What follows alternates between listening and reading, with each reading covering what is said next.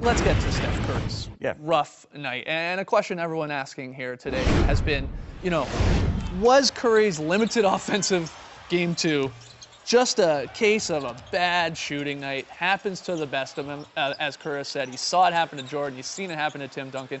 Or was it because Matthew Dellavedova into the starting lineup, taking those minutes from an injured Kyrie Irving, was all over him? Or is it a little bit of A and B?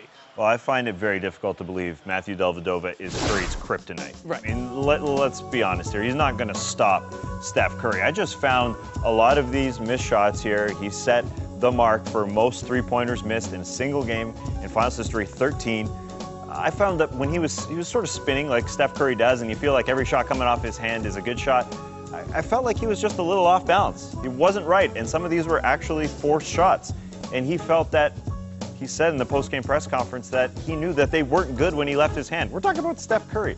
That shouldn't happen. I just think he had a bad game. I really do. I don't think he shot the ball. The physical mechanics of shooting the ball, he just didn't shoot it all that well. They didn't look good leaving his hand. And yeah, Dellavedova's, we can show you a nice little highlight pack of Matthew Dellavedova all up in his grill, but we can also show you a bunch of open shots that Steph Curry would hit in his sleep. We're going to show you one where he hit from the tunnel a little later in the show pregame, but he just wasn't in his flow. He didn't have, and listen, game 2s aren't good for them. So I just think it's a combination of a few things, but Steph just wasn't right. Dellavedova, though, definitely playing a more physical. I think we can all agree with that. He plays pick and roll better, for sure. He plays pick and roll a bit better. He fights through screens. He has because I think Dellavedova is not being asked to really do a whole lot offensively, even though he had some timely buckets in this one. His job is to go out there and for as many minutes as he possibly can give to just stay attached to Curry. Get your arms on him, push him around a little bit. He did a great job at that. I mean, when Curry goes 0 for 8, when Delly's right there, I mean, that's just great defense. Yeah. And you even saw it, like Dellavedova would get at times matched up on like Clay or sometimes Harrison Barnes. Clay was just shooting over him. I mean, that's a matchup nightmare for the 4 guy. He's still putting up a heck of a fight, trying to keep position in the post. But with Curry, there's no worry of any sort of posting up, so he just has to try and move his feet. And again, he can be a little more handsy and a little more physical. He plays that way, and it worked out. I mean, look, the numbers don't lie. I'm with you. Curry just had one of those really weird nights. I'll guess he doesn't shoot, 2 for 15 or whatever it was from 3 again in this series, but credit to Dellavedova as well. He's all over him. And the turnovers, I mean, he also had 6 turnovers in this game. There's a reason why Steph was off balance and he was sort of out of his flow, and Dellavedova has to get a little bit of credit for that.